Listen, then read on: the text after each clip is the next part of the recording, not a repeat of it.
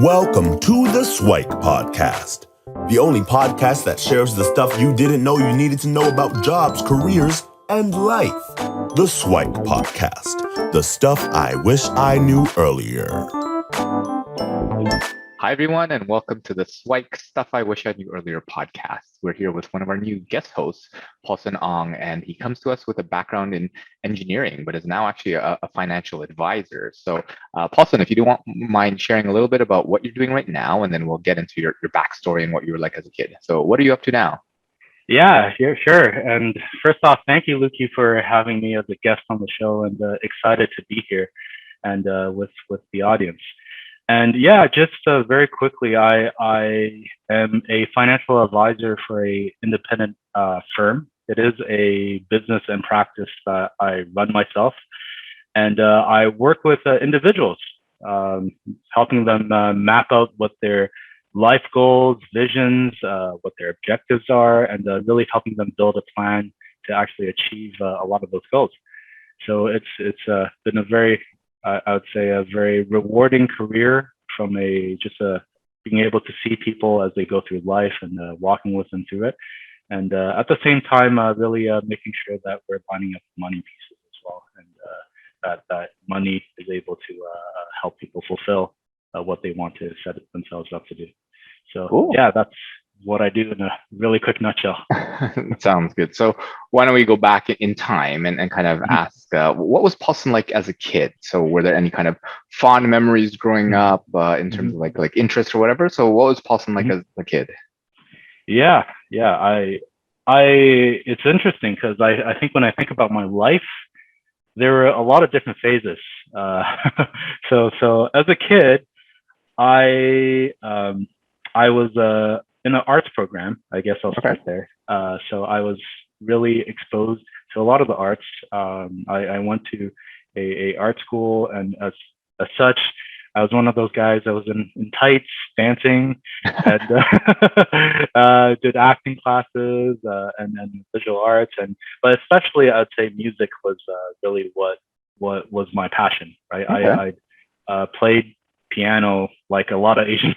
I think since a really young age, and I was actually in the Toronto competitive scene. Oh wow! The regional competitive scene for a while. So that was kind of my thing for a long time growing up. A lot of arts, music. I ended up going to a high school that was focused on the arts as well, where I majored in double bass. So that was a lot of fun as well. Yeah. So how does one go from arts into kind of where you are now? So before we get into that, how much of the arts decision was yours versus your parents kind of getting you into that? Because no offense to the arts, but it's not the typical Asian thing. It's typically like doctor, lawyer, accountant, engineer, and most parents don't want their kids to become like a potential starving artist or whatever. So was that the case, or is that just stereotypes, or how did you end up in that initial art scene? That's a great question. I'd say definitely parents was a big factor in it, and I think a lot of it was coming from an immigrant family where I think at home Chinese was our first language, right? I spoke Mandarin at home, and it was interesting because I think eventually it got to a place where I think going into senior kindergarten or grade 1. My English wasn't very good, right? And I think at that time, my parents wanted me to expose me to help me catch up, per se, and just self-expression, and especially with other kids. And I think they wanted to kind of push me along. And one of the things that they drew me into was piano, right? And it was something that both my younger sister and I started from a pretty young age. I think I was 5 or 6 when I first started piano. So one thing kind of led to another. Like my piano teacher ended up teaching in an art school, and then and we knew his families from church that ended up going to the same programs, and then they saw that there were opportunities for me to kind of improve and be more expressive, and one thing led to another, and I ended up just going for the audition and somehow making it in. So that was kind of it wasn't all planned out. I don't think that was the case, but I think it definitely led to a childhood that was a lot of fun, right? I think I got to just see a lot of different things and just kind of know in life that yes, we always did the whole math and all that stuff. I was enrolled in Kumon and all that fun stuff. But at the same time, Chinese school, and but at the same time, there was also the other side being school, which was a lot of art and seeing a lot of different backgrounds, a lot of different kinds of children. That actually enriched my understanding and worldview further, even from a young age, right? Because definitely was not exposed to all of that being, growing up in North York and Toronto, where it's in Scarborough, which is predominantly a lot of Asians, right? So going through that, I think was very helpful in my childhood. For sure, and I'm even more curious. So you had all that self-expression and the opportunity to do all that sort of stuff, but then you ultimately do an undergrad in engineering. So how does that happen? So you're in art school in high school, majoring in double bass, and somehow you get into engineering. So what's the thought process around that? Yeah, that I think was where the Asian side kicked in. Okay. Because I remember this vividly in the sense that I was 17 at the time, I think, where I actually I was talking to my piano teacher, and he actually had he set up basically that there was an opportunity if I wanted to actually pursue a undergraduate in music, right? Okay. And it was something that I when I looked at it, I felt that it was something that I could have done, right? But when I stretched things out, it just didn't seem like I knew that I was good, but not good enough to be international, not good enough to be really rising to the top in that sense. And I knew that the career for me would have been a lot more just pursuing more and more education in a sense, right? And though it would have been a very fulfilling life, I think I wanted to see something else, right? And my grades at the time were good enough that it allowed me to have options, right? I was, especially going into the latter half of high school, I'd say it was good enough that I had options to kind of see and explore and see where it is that I wanted life to take, right? And I wasn't entirely sure that engineering was going to be what drew me in, but I knew that through and just from people around me that engineering was a discipline that opened doors in the sense, just because it mirrored science, practical thinking, and to actual real life problem solving in a sense. So that was something that attracted me a lot, and I felt that it would allow me to just keep developing my mind and to keep experiencing new things. And that was one of the things that I learned, I think, at the time, which was to really have the ability to adapt, welcome change, and keep going with it. So made the difficult decision to give up music at that time and to kind of pursue, especially in the 12th grade, to really push it to try to get into engineering school in a sense. And we'll probably get into whether or not you truly gave it up or like you still dabble every now and then. But talk to us a little bit about that decision for engineering. So you pick engineering. Did you have a sense of what you wanted to do as an engineer, or is it literally like I'll go there, I'll figure it out along the way and find something? What was the kind of mentality as you pick that degree? It was definitely the latter, especially with the discipline I picked. And when people ask me like, what kind of engineering discipline were you in? I'm always a little hesitant to go into it, but it's because I ended up pursuing a degree in nanotech engineering, and which at the time was a brand new program being offered at Waterloo. And it was brand new, but what drew me in was that it was cutting edge, that it was completely new, and it was a combination of all of the different science disciplines, right? There was chemistry, biology, circuitry, physics, all of that, all tied together with lots of math and theoretical studies. And for me, it was kind of that new toy that you see that you go, wow, it's so cool, it's cutting Bright and edge. shiny, yeah. Yeah, it's nanotech, right? Which, whoa, right? What does that even mean? So I definitely had, so when I went in, I remember going into the university for that tour in grade 12, and the vision that they had, like they were just saying, like there's so much going to happen in it, that I felt like that it would just be, the place where the most options would lay, right? I didn't exactly know what I was getting myself into, I fully admit. But I just felt that it would open doors, and it would allow me to see more, right? And it was in that spirit that I said, cool, let's go for it. Yeah. Cool. So you're there, and you see the bright shiny campus with this bright shiny new program, and kind of bright-eyed and bushy tail ready to do that. And then you start taking the courses, and did it shape up to be what you wanted? Was it kind of as you expected, or were there different things along the way? Because obviously you ended up in finance, in financial advisory. So did that happen kind of early in the university career, or did it kind of happen afterwards? So what was that journey like? Yeah. So I think it was there. First, I'd say like first year was a lot of fun for me. So got to meet a lot of great people, a lot of great friends, people that I'm still very close with to this date, which is amazing.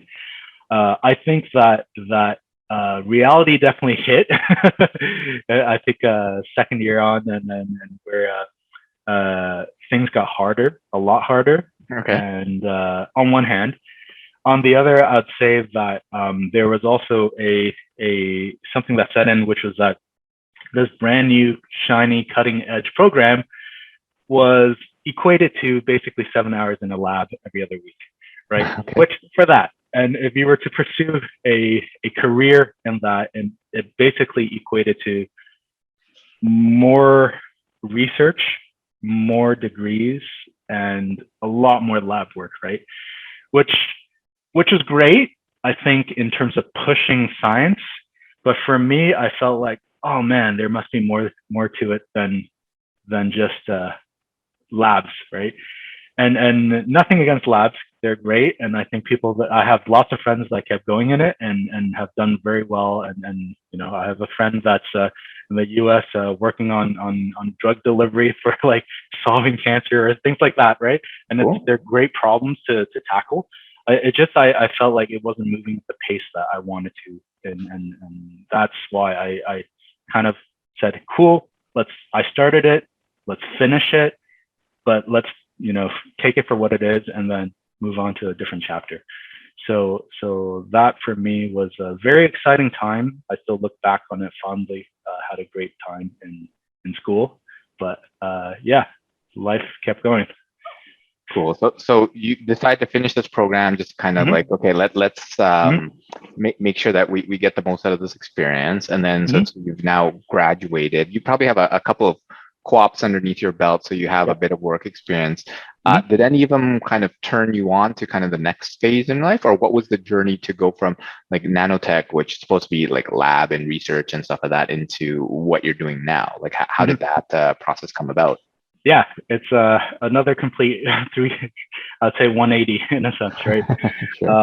I'll say that a lot of my co-op placements, I ended up, especially the latter half of the co-op placements, I ended up going into banking a lot more. Okay. And I think is that partially purposeful, you think, or are you unconscious somehow?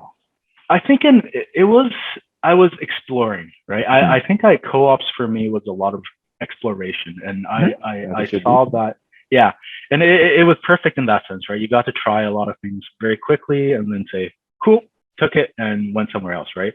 So I ended up working a stint in a manufacturing plant, worked a bit in kind of government work, had a co-op in Ottawa, doing that with policies, defining what nanotech is and all of that stuff. That was a lot of fun.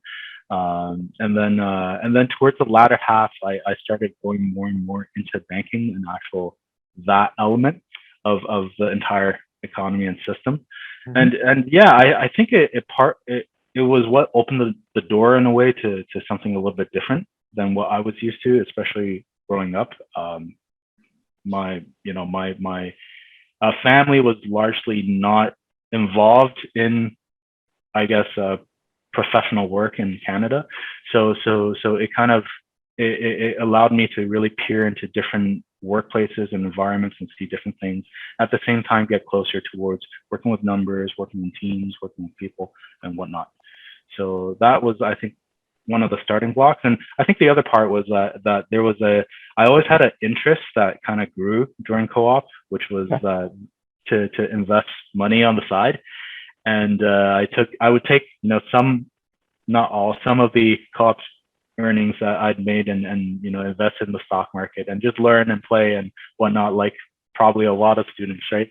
And yeah, it kind of was an interest that grew, right? And I figured, you know what, if I liked doing it for myself, then why not see if there's a career in doing it for other people? And I think along the way, I learned a lot more. I was definitely humbled in terms of the amount of knowledge and what I knew back then was really, it was crazy to make some of those decisions. But at the same time, I think that was the beginning of what led me to pursue a career in the advisory business. Yeah. So talk to us a little about that switch. So you've already made like one kind of switch in your life from arts to engineering, and I don't know how much the parental discussion was on that, but now there's another one from engineering to kind of the financial world. What was the discussions that happened around there, or was there a lot of discussions with family and friends and things like that, or is it mostly just yourself and figuring things out? It was a lot of discussion, I think. Definitely between me and myself, that was a big decision that I had to make to try and see how that would go, where that would go. I think at the time, my then girlfriend, now wife, and I had a lot of deep conversations on it as well, and she really supported me, and I think to pursue it as well, and especially since there's an entrepreneurial aspect to it, and I that attracted me to it as well. I knew that, like my father's in business. I think there are people around me that are in business, and it was something that I naturally gravitate towards, right? In terms of making a mark and just owning my own practice, right? So that drew me to it as well, and wanting to build and work with people, work with teams, work with numbers and the financial markets, right? And I think that was kind of my thinking going into it. And as it went, there were different ideas and thoughts that ended up shaping me and like I said, humbling me as well. Cool. So how do you get that education and that smarts on the advisory side, the investment side? So I mean, obviously there's the folks that dabble. They take a look at the stock market. They look at blogs and stuff and say, oh, you should try that. This is a hot stock and pick and whatever, right? And then there's the other people who they did a full-on undergrad and learned kind of the basics of micro, macro, and all that sort of stuff. Like, how do you kind of catch up to them, or did you have like a different approach to kind of learning how to invest? And then what's kind of your process to actually like kind of pick a firm to get into and move on? So I guess the question is like, how did you get smart about the whole financial advisory so that you could be comfortable doing it for yourself and then other people as well? Yeah, I met a great mentor. That's long story short. And it was coming out of school, I ended up going into a firm and at the time, and met a great mentor that had built a practice, a very successful practice. And a lot of it was just mirroring, a lot of things that he did, right? And learning just how to talk to people, how to, and there was a lot of, things were brand new, right? In the sense that here I am a young 20-something, at the time, 23-year-old out of school, talking with people that are 55 and say, hey, hand me your life savings. I'm going to help you guide you through retirement. And it was very hard, right? I think that having the team and having a great mentor definitely went a long way. Mirroring just what other people did, taking the best of what they did, and learning on the spot, on the fly, that allowed me to really grow and develop, right? And over the years, you start seeing and learning patterns, and there's more knowledge that definitely comes along the way. And yeah, it always surprises me a little bit sometimes when I think back how little I knew back then. but yeah, like having a team to back you up is so important, and being able to find just people that you can look up to in that team is so important, because that gives you that milestone of saying, hey, this is where I want to get to, and who I can become if I choose to be, right? So yeah, those are very important blocks and times in my life.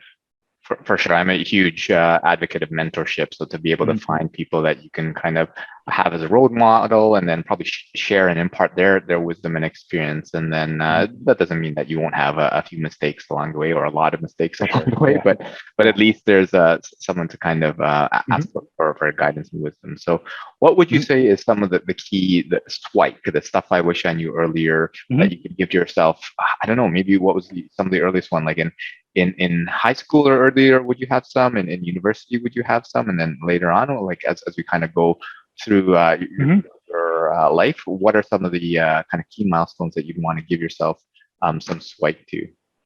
Yeah, that's a great question. It was actually one that I thought about coming into this chat with you, Luki. That I think for me, a lot of my childhood was actually shaped by just what I saw, right? And I think this is probably the same for everyone, that there's a lot of cultural and there's a lot of background and things that you assume to be true, right? In life that you just take it as a truth, right? And I think that as you progress through things, like one of the things that I think I wish I knew earlier is actually is the willingness to try more and more new things, right?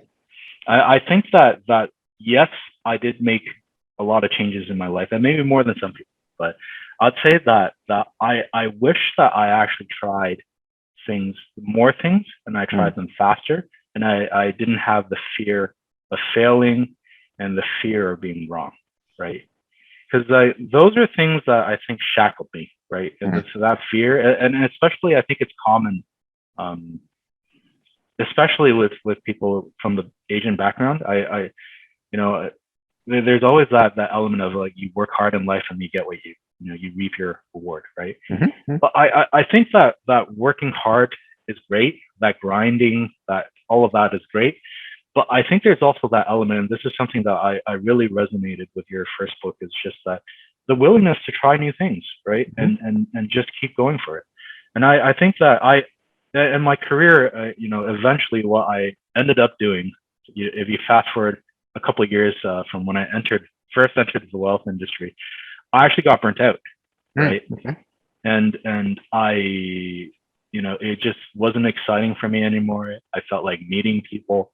The more clients I met, although it was an honor for me to be with them in their lives, and walking them, having been with some of them for a couple of years, right? To be in that place where you're almost like a family member, right? I would go over to visit a client, and then we'll chat over, like, they'll make like cookies for me, and it'll be great. We'll have tea, talk about life, and then dive into financial topics, and it was wonderful. But it was getting stale for me, in the sense that it felt like it was the same, right? And every client you saw, every person you saw, it was like, oh, more of the same, kind of saying the same things over and over again, in a sense, right, to different people. And it got stale, right? And I think that there is a part of me that wish that I welcomed change faster, because I ended up having the opportunity to go into technology for a bit of time, and then before I actually made the decision to actually jump back into wealth. But I think that element of saying like yes to change, yes to change, yes to change, that's what keeps you going and allows you to see more, right? And the more you see, and you don't know what you don't know in life, Right. and the more you expose yourself to, the more you can start to see hints of the things in the shadows, right? So talking with people, like just getting perspective on life, that meeting different types of people from different cultural backgrounds, different education backgrounds, so important, right? And that's shaped me a lot as well these past couple of years, just meeting a lot of different people in different parts of life and seeing the journey and stories that they've gone through, right? So yeah, that's something that I would definitely encourage. Yeah, a couple things that came to mind as you were talking there is, folks know that I love quotes, but one that came to mind was the only constant is change. So being comfortable with that, with discomfort is one of those key things. And I mean, when you change, things are uncomfortable. You're growing, getting out of your shell. And another quote that I found was like, discomfort is the currency of success. Right. So in order for you to be successful in things, you often have to go through that change. You have to go through a period where I don't know if this is quite right. Is this exactly for me? That sort of thing. And then hopefully you don't get to the point where you burn out, because that's always a thing that you have to watch and make sure that you have a bit of control over. But if you kind of mitigate a little bit about risk and take some of that change, there's a lot of great opportunities. And I think one of your other points is to explore, right? And kind of have those diverse set of experience, meet those diverse set of people, because oftentimes if you kind of hang around the same people and do the same things, you get more of the same, right? But if you kind of expose yourself into different situations and say, you know what, why don't I try that? Why don't I go there? Why don't I meet that person that I wouldn't have otherwise connected with? Then I think that would be a great set of kind of learnings and thoughts for folks. So are there any other kind of words of wisdom or other SIWIKE that you'd want to share, or what are some of the future aspirations that folks can look forward to seeing from you in the future? Yeah, for sure.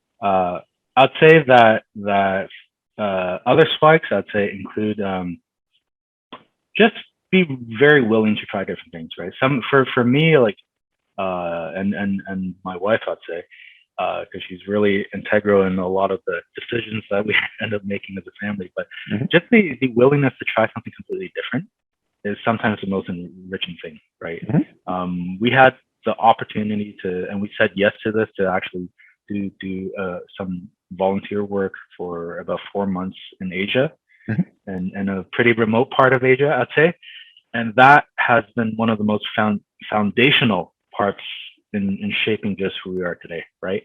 And I think that if you had asked me years earlier if I would be willing to pull 4 months out of a life, out of whatever, to go do something completely different, I would say no, right? No way, right? Like, but saying yes to it was just so cool. I got to live in Asia for 4 months, and that was awesome, right? Just to be able to see something completely different like that. So I think that sometimes it takes completely breaking out of your comfort zone, which is what that was in a way for me, to really for you to come out of it a lot better, right? And I think that for any person that has has ever thought about what would it be like to just drop everything, go somewhere else, experience it, and then come back, go for it, 100%. You won't regret that. So that's a SIWIKE that I think that I wish I did earlier, and I wish it upon anyone who has those aspirations. And in terms of future dreams, it's actually interesting, because I really want to make a mark in the advisory business, in the sense that when I look at a lot of the faces in advisory today, they're usually similar demographics, similar age, similar. There is a right answer in a sense, right? And and it's something that I want to help break, especially for the next generation of people coming. I know that especially our city, Toronto, is just rapidly changing. There's a lot of different types of people with a variety of backgrounds and stories that are coming. I feel like it's really time to make a change in that sense, and I'm really excited to really push on and to really work with more and more people that I feel like, they become really life partners, in a sense that where you actually journey through life with them, and really making sure that money part is working just as hard as they are. But they at the same time, I think it's about just making a impact in the community as well. I think that's so important, and giving back wherever possible. For sure, and that's one reason why we got connected. Well, obviously, like we got connected because I know your wife from our past lives in a career working together, but also because of kind of your vision for kind of helping with financial literacy and education, and just the growth and wealth management and all that sort of stuff. And for those that are familiar, Paulson and I are writing a book together, and he'll have some of his insights upcoming in the chapters of the book. Yeah, so look forward to that in the coming weeks, coming months, depending on when you listen to this, or it might be out already if you're looking back in the archives. But yeah, thanks so much, Paulson, for sharing your story and insights, and hopefully we'll have you back for a future episode to dive a little bit more into kind of the financial and investment world. But yeah, where can folks connect with you if they want to reach out to you? Yeah, the easiest place is probably LinkedIn, and just search for my name, Paulson Ong, in LinkedIn, and you will find me, I'm sure. That's awesome. So thanks, Paulson, for joining us as a guest, and looking forward to having you back in a future episode. Yeah, thank you, Luki. Thanks. It's a pleasure to be here. Glad to be on the show, and looking forward to future partnerships and collaborations as well. Sounds good. Thanks, Paulson. Thanks. Thanks for joining us on the SIWIKE Stuff I Wish I Knew Earlier, the podcast. If you like the podcast, please subscribe on iTunes, Stitcher, or wherever you found this podcast. And if you can give us a review, that would be very appreciated. Feel free to contact me on LinkedIn at Lukidanu, Lukidanu, and the same on most social media platforms. And I look forward to hearing from you. Thanks. Bye.